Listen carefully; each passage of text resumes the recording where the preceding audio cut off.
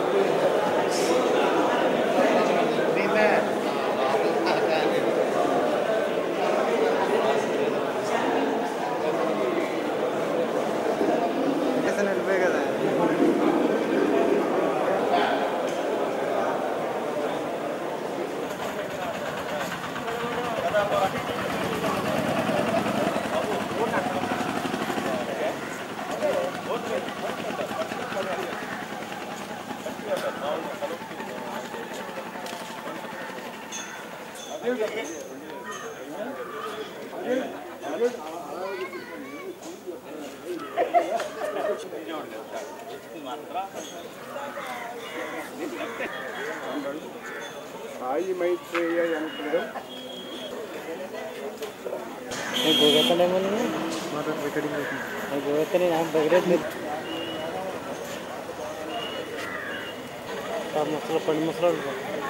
Recording అవుతుంది.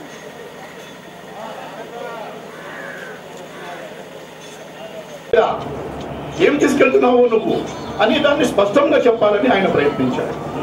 అనేక దశాబ్దాలుగా రాయబడుతున్న తెలుగు కథ గురించి ఇక్కడున్న చాలా తక్కువ సమయంలో మనం ఏ రకమైన చర్చకు వెళ్ళడం అనేది ఇక్కడ ఈ సంగతికి మన కోసం ఎదురు చూస్తున్న ఒక అద్భుతమైన దృశ్య పరంపరకు సంబంధించిన విషయం కాదు. దీని చుట్టూ ఉండే ఎమోషనల్ కంటెంట్ ని మాత్రం మనం ఎక్స్పీరియన్స్ చేద్దాం. ఏదైతే మనకు అనుభూతం అవుతుందో అది దృశ్యానికి అందుతుంది.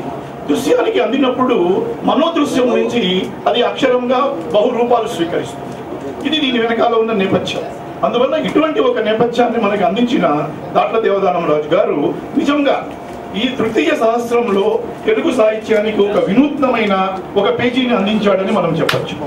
ఆ కథకులందరూ ఒక పడవ ఎక్కారా, పడవలో కాసేపు మాట్లాడుకున్నారా, మనసారా దెబ్బలాడుకున్నారా, కడుపారా భోజనం చేశారా, సాయంకాలం హాయిగా సభల్లో పాల్గొన్నారా, ఇదంతా ఊరికి విరామంగా ఉండే ఒక చోట జరిగిందా, ఒక పడవలో ఒక ఏసీలు పనిచేస్తున్న పడవలో జరిగిందా అంటే దీనికి సంబంధించిన ఆ ప్రాక్టికల్ డైమెన్షన్ ఆఫ్ ఎక్స్పీరియన్స్ ని ఇగ్నోర్ చేసి మనం ఏమి చెప్పగల ఇది ఉంది. మనం ఒక సంక్షుభిత సమాజం నుంచి వచ్చాం. మన సాయిబాబా చెప్తున్న దాంట్లో ఇందాక నాకు నచ్చింది, మనసు నుంచి మాట్లాడుతూ ముందు అప్పలనాయుడు మాట్లాడినప్పుడు కూడా ఒకసారి ఏమవుతుందంటే తొలి ప్రసంగ కర్తతో మీకు దారి పడిపోతుంది. ఎన్ని రాయాలనుకుంటున్నాము అని రాయలేకపోతున్నాము అన్నాడు. ఇదే ఉదయం మాట్లాడుకుంటూ వచ్చాం. మనం విలేజ్ సొసైటీని ధ్వంసం చేశాం పూర్తిగా. మన పాలనే ధ్వంసం చేసిందో, మన పద్ధతులే ధ్వంసం చేశాయో, గ్రామ జీవితాన్ని, గ్రామం యొక్క పరిసరాలను, గ్రామపు సంపన్నతను, గ్రామం యొక్క సృజనను మనం ధ్వంసం చేశాం. గ్రామాలు పాడైపోతున్నాయండి. గ్రామాలు మునుపట్ల లేవు సార్, వాళ్ళు మనకన్నా పెరుగు మీరిపోయారు సార్. ఇవాళ గ్రామంలో దొరకనిది ఏముందండి అని ఇవన్నీ కూడా పట్టణాలకు పల్లెలకు మధ్యలో బతుకుతున్న, చదువుకున్నాం అనుకుంటున్న విద్యాగంధము, విద్య వల్ల రావాల్సిన వివేచన రాని ఈ లిటరేట్ మాబ్ అంతా మాట్లాడుతున్నారు. లిటరేట్ మాబ్ అంటున్నాను, ఎడ్యుకేటెడ్ మాబ్ కారు వీళ్ళు, లిటరేట్ మాబ్. కాబట్టి వీళ్ళు సెల్ ఫోన్లు వాడతారు, చాలా గొప్ప నాగరికంగా ఉంటారు, కానీ తోటి మనిషి పట్ల స్పందన అనేది మీకు రోజు రోజుకి అది వెనక్కి వెళ్ళిపోతారు. ఇది కథకుడికి కానీ సృజనాత్మక రచయితకు కానీ ఇవాళ ఒక సవాలుగా ఉంది. ఎటువంటిది ఉందంటే, సాయిబాబా ఎప్పుడు మాట్లాడినా గుజరాత్ దాకా వెళ్తాడు. నిజంగా మనం ప్రస్తావించాల్సిన ఒక అంశం, గుజరాత్ యొక్క దాడులు జరిగి 10 ఏళ్లు పూర్తయ్యాయి. చాలా మంది చాలా రాసుకుంటాం, రాయలేకపోతున్న సందర్భం ఏమిటంటే ఎంత క్లోజ్ గా వాచ్ చేస్తున్నా కూడా ఈ మధ్య గుజరాత్ లో నమో అన్న పేరుతో ఒక ఛానల్ మొదలైంది. నరేంద్ర మోడీ ఛానల్ అది. నా అంటే నరేంద్ర, మో అంటే మోడీ. దీన్ని మనం తీవ్రంగా అపోజ్ చేయాల్సిన అవసరం ఉంది. ఇటువంటి ఛానల్స్ జయా టీవీ అని కేవలం తమిళనాడులో మాత్రమే రాజకీయ నాయకుల పేర్ల మీద ఛానల్స్ ఉన్నాయి, ఇంకెక్కడ కూడా ఇటువంటి ఛానల్స్ లేవు. నమో అన్న పేరుతో ఒక ఛానల్ వచ్చినప్పుడు ఈ నమో అనే దాన్ని వ్యతిరేకిస్తూ ఒక కవిత రాయాలని కూర్చున్నప్పుడు నేను ఆ కవిత రాయలేకపోయాను. నాకు విషయం తెలుసు, సాధికారమైన ప్రతిష్టంభన ఉంది, పూర్తి అపోజిషన్ ఉంది, ఎటు తీసుకోవాలో ఇంటలెక్చువల్ ప్రెమిస్ ఉంది, కానీ చెప్పదగిన శిల్పం దగ్గర మటుకు నేను ఆగుతున్నాను. ఏం రాయాలి, ఏమి రాయాలి? పెన్ను ఉంది, కాగితం ఉంది, కాలం ఉంది, 2 కప్పులు కాఫీ తాగాను, వరండాలోకి 4 సార్లు తిరిగాను. తీక్షణమైన మెథడ్స్ నుంచి తీవ్రమైన ఒక కవిత నేను ప్రొడ్యూస్ చేయలేకపోయాను.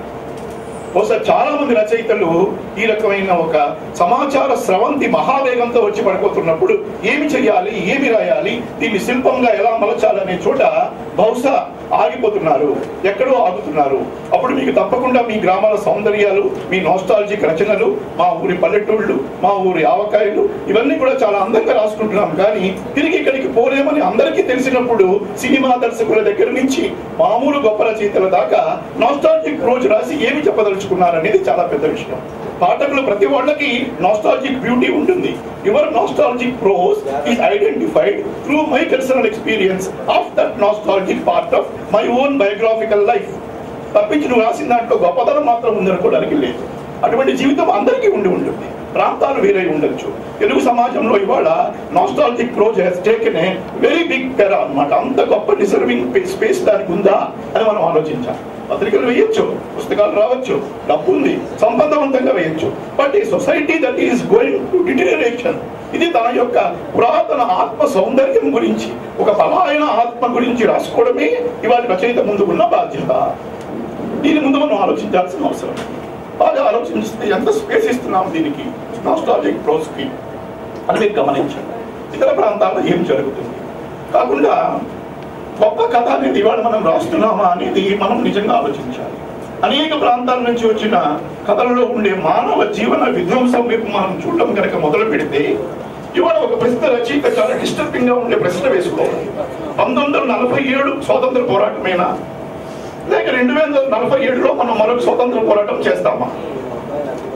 ఇవాళ ఫారిన్ డైరెక్ట్ ఇన్వెస్ట్మెంట్ వచ్చిన తర్వాత వేగంగా సంగతులు వచ్చేస్తున్నప్పుడు చిన్న చిన్న చిల్లర కొట్టు వ్యాపారస్తులకు, కిరాణా కొట్టు వాళ్లకు, గ్రామాలకు దేనికి కూడా భూమి మీద సంబంధం లేకుండా తెంపేస్తున్నప్పుడు ఈ మనుషులంతా ఏం కావాలి? సంపన్న వ్యవస్థ అతి సంపన్న వ్యవస్థగా, పేద వ్యవస్థ అతి పేద వ్యవస్థగా, 80 కోట్ల మంది ప్రజలు ఒకవైపు, 20 కోట్లలో కొంతమంది మధ్యతరగతి లిటరేట్ మాబ్ తీసేస్తే ఒక 50 లక్షల మంది బహుశా సంపన్నులు భారతదేశంలో ఉండి ఉంటారు. Very manipulative mob.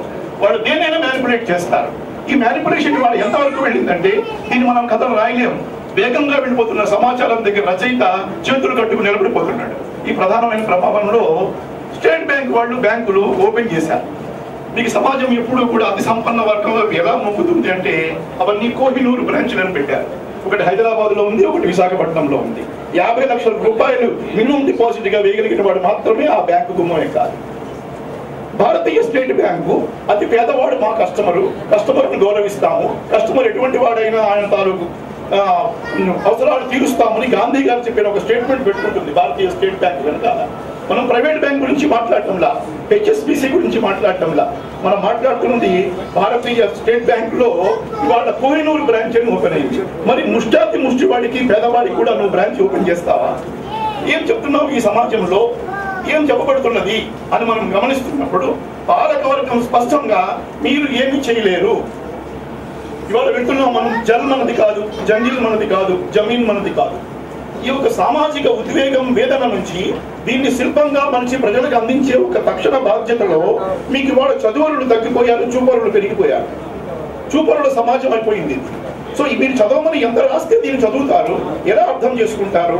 నేను ఇప్పుడే మాట్లాడుతున్నప్పుడు అక్బర్ గారితో ఒక మాట అన్నా, సొమ్మలు పోనాయండి అనే రావిశాస్త్రి రచన మహామాండలికంలో సంస్కృతంలో అనువాదం అయిన జరుగుతూ ఉన్నప్పుడు ఒక వీధిలో దుకాణాలన్నీ కొల్లగొట్టుకొని వెళ్ళిపోతూ ఉంటే ఒక అతను ఒక బియ్యం బస్తాను మోసుకొని వెళ్ళిపోతూ ఉండగా పోలీసులు అతను పట్టుకొని పోలీస్ స్టేషన్కి తీసుకువెళ్తారు.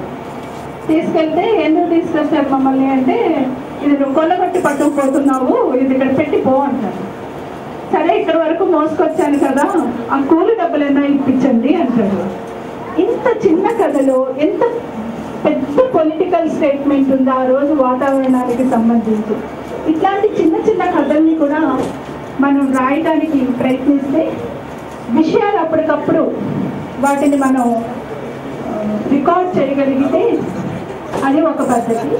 ఒక కథ కానీ, నవల కానీ, కవిత్వం కానీ, అంటే కవిత్వం ఇమీడియట్ యాక్షన్గా ఆంధ్రప్రదేశ్లో చాలా వేగవంతంగా వచ్చేస్తూ ఉంటుంది. కథ టైం తీసుకుంటుంది. అయితే ఇప్పుడు వస్తున్న చాలా కథల్లో ఒక సంఘటన జరగగానే మనకి 24 hours న్యూస్ ఛానల్స్ వచ్చాక వాళ్ళు అనేక కథనాలను ప్రసారం చేస్తూ ఉండగా, న్యూస్ పేపర్స్లో కథలు వస్తూ ఉండగా కదా, ఆ విషయాన్ని మళ్ళీ మనం కథగా రాయాలంటే ఒక కథకుడుగా కానీ కథకురాలుగా కానీ మనం చేయాల్సిన పని ఏంటి, ఏ విషయాలని మనం పాఠకుల దగ్గరికి తీసుకెళ్ళగలగాలి. ఈ విషయాల మీద తెలుగు కథకులు చాలా ఆలోచించాల్సిన అవసరం ఉంది. వార్తకి టీవీ కథనానికి మన కథకి ఆ తేడా లేకపోతే ఆ కథ ఒక శక్తివంతమైన కథగా నిలబడే అవకాశాన్ని కోల్పోతుంది. వచ్చి మాట్లాడాలి, బోర్డులోనే ఉంటుంది ఎతరాదు పాల్గొనలేదు. మొదలెట్టినప్పుడు ఈ ఎవ్వరు వీళ్ళు పరిచయం అయ్యి దాంట్లో దేవనారాయణ రాజు గారి గురించి చెప్పేవాళ్ళు. ఏం చెప్పేవాళ్ళు అంటే ఫస్ట్ పోస్ట్ ఎలా చేస్తారని చెప్పేవాళ్ళు, తర్వాత టైప్స్ ఉందని చెప్పేవాళ్ళు. దాంట్లో దేవదానం రాజు గారి దగ్గర చెప్పి నాకు మంచి రొయ్యల కూర దొరుకుతుంది. అసలు మేము 2 days నుండి నేను మధుర నగేష్ బాబు తిని ఒకరోజు ఆచార రోజు తిన్నా, ఒకరోజు ఎప్పుడు ఆయన మమ్మల్ని కూడా పిలుస్తాడు. ఏమన్నా 95 నుంచి అనుకుంటూ ఉంటాను. చివరికి ఇవాళ నన్ను కూడా పిలిచాడు. నేను ఇక్కడ ఉన్నారు. తర్వాత జగన్నాథ్ శర్మ గారు, నేను పుట్టక ముందు నుంచి కూడా కథలు రాస్తున్నాను. జగన్నాథ్ శర్మ గారు, నేను మళ్ళీ ఇట్లా చూడగానే ఖాదర్ మొహిద్దీన్ గారు, మా ఆది కవి, ఆయన కనిపించాడు. చాలా ఆశ్చర్యపోయాను.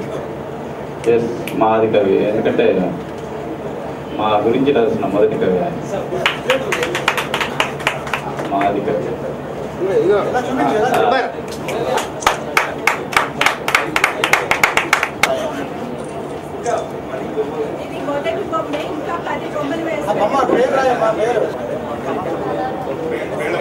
ఆవిష్కరణ పుస్తకంలో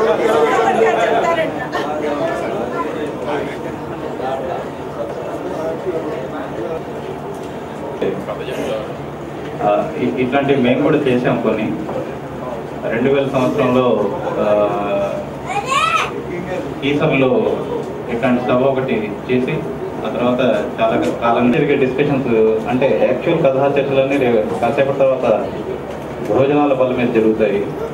అవి తర్వాత పరిచయాలు ఇన్స్పైర్ చేస్తాయి.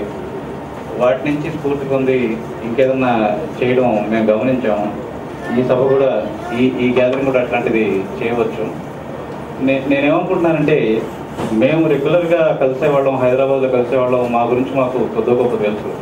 ఇక్కడ లోకల్గా రాస్తున్న వాళ్ళు, ఇప్పుడు కొత్తగా రాస్తున్న వాళ్ళు, ఇక్కడ ఉన్నవాళ్ళు కథలు రాయడంలో వస్తున్న సాధక బాధకాల గురించి చెప్తే విమర్శకులుగా కే శ్రీనివాస్ లాంటి వాళ్ళు ఉన్నారు,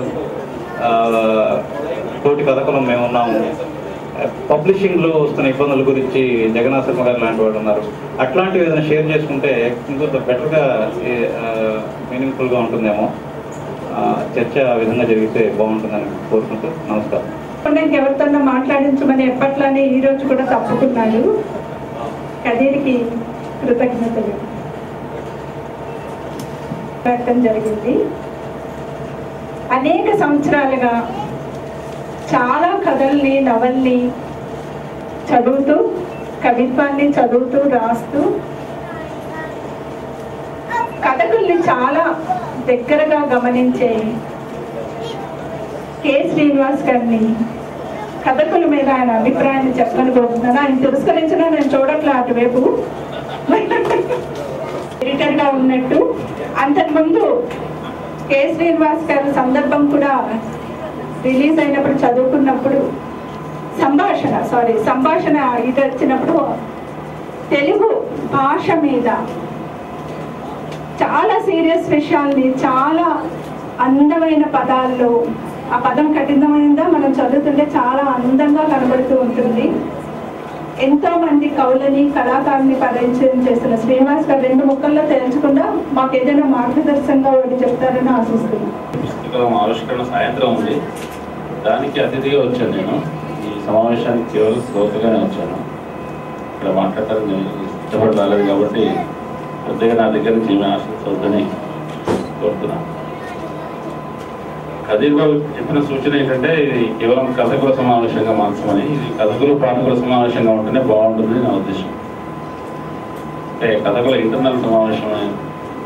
కథ రాయడంలో వచ్చే సమస్యలు, రచనలో వచ్చే సమస్యలు చేస్తే కేవలం కథకుల అంతర్గత సమావేశం అవుతుంది. ఇప్పుడు వస్తున్న కథల గురించి అప్పలనాయుడు గారు, స్కై, తర్వాత కజీరు, రామతీర్థ గారు ఒక నోట్స్ చెప్పారు. కథల్లో ఎక్కువగా నోస్టాల్జియా కథలు వస్తున్నాయని.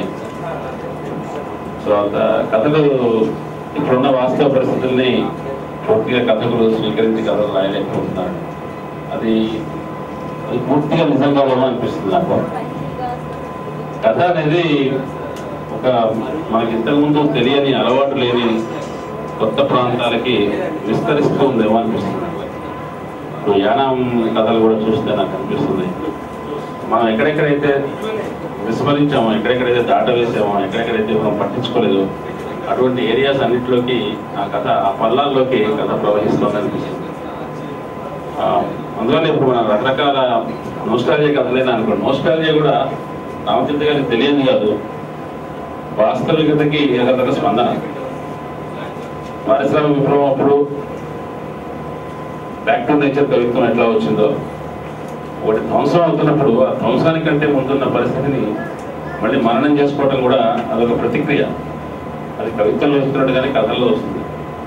ఒక ఉజ్వలమైన గతాన్ని, అది వాస్తవమైందైనా కల్పనైనా మనం నిర్మించుకుందైనా సరే, ఉజ్వలమైన గతాన్ని మనం స్మరించుకోవడం అనేది వర్తమానాన్ని మనం ఎదుర్కోవడానికి, వర్తమానాన్ని అధిగమించడానికి, అది రికవర్ కావడానికి చాలా ఉపయోగపడుతుంది. అది నిజానికి ఒక యాంటీబాడీస్ లాంటిది. ఒక రోగక్రిమి ప్రవేశించినప్పుడు శరీరం తనంత తనే ఒక యాంటీబాడీ ఎట్లా తయారు చేసుకుంటుందో, అలాగే సమాజంలో వస్తున్న మార్పులకి అసంకల్పితంగా రచయితలు కొన్ని స్పందనలు చేస్తారు, సంకల్పితంగా కొన్ని చేస్తారు. సంకల్పితంగా ఎవరైనా నోస్టాల్జియా రాస్తున్నారని నేను అనుకోవట్లేదు, అది అసంకల్పితంగా జరుగుతున్న ప్రతిక్రియ. నిజానికి అది సమాజానికి అవసరం కూడా. అయితే దాంట్లో మనం చెప్పుకుంటున్న ప్రతి గత వైభవం కానీ, నోస్టాల్జియా కానీ, జ్ఞాపకం కానీ, బెంగ కానీ, అవన్నీ వాస్తవమని మనం నమ్మకూడదు. దాంట్లో చాలా కల్పన, చాలా లామినేషన్ చాలా ఉంటుంది. పాత ఫోటోలు చాలా మురిపిస్తాయి, గత జీవితం చాలా అందంగా అనిపిస్తుంది. నిజానికి అది వర్తమానంలో ఉన్నప్పుడు అంత అందంగా ఉండి ఉండకపోవచ్చు. అట్లాగే గ్లోబలైజేషన్ సంబంధించిన ప్రతి పరిణామాల మీద కూడా మనం పనిగట్టుకొని ఒక ఇతివృత్తం తీసుకొని, ఒక వార్త తీసుకొని కథ రాయలేము, కవిత్వం కూడా రాయలేము. కానీ కవులు చాలా మంది రాస్తున్నారు అట్లా. వెంటనే చాలా మంది కింద బ్రాకెట్లో చెప్పకుండా కవిత్వం రాసే చాలా తక్కువ మంది ఉన్నారు. సంఘటన తరంగానే, వార్త తరంగానే దానికి కవిత్వం రాస్తారు. అట్లా రాయడం చాలా అసహజమేమో నాకు అనిపిస్తుంది వ్యక్తిగతంగా. కానీ అట్లా వచ్చిన వాటి కూడా మంచి కవిత్వం ఉంటుంది. కాబట్టి మన పత్రికల్లో అవి కూడా ప్రచురితం అవుతుంటాయి. కానీ కవిత్వానికి కవి స్పందన అట్లా అంత యాంత్రికంగా ఉండకూడదేమో అని అనిపిస్తుంది.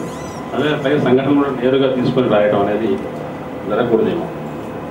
ఇప్పుడు వస్తున్న కథల్లో, కొత్త కథల్లో నాకు అనిపిస్తున్న అంశం ఏంటంటే, ప్రత్యేకంగా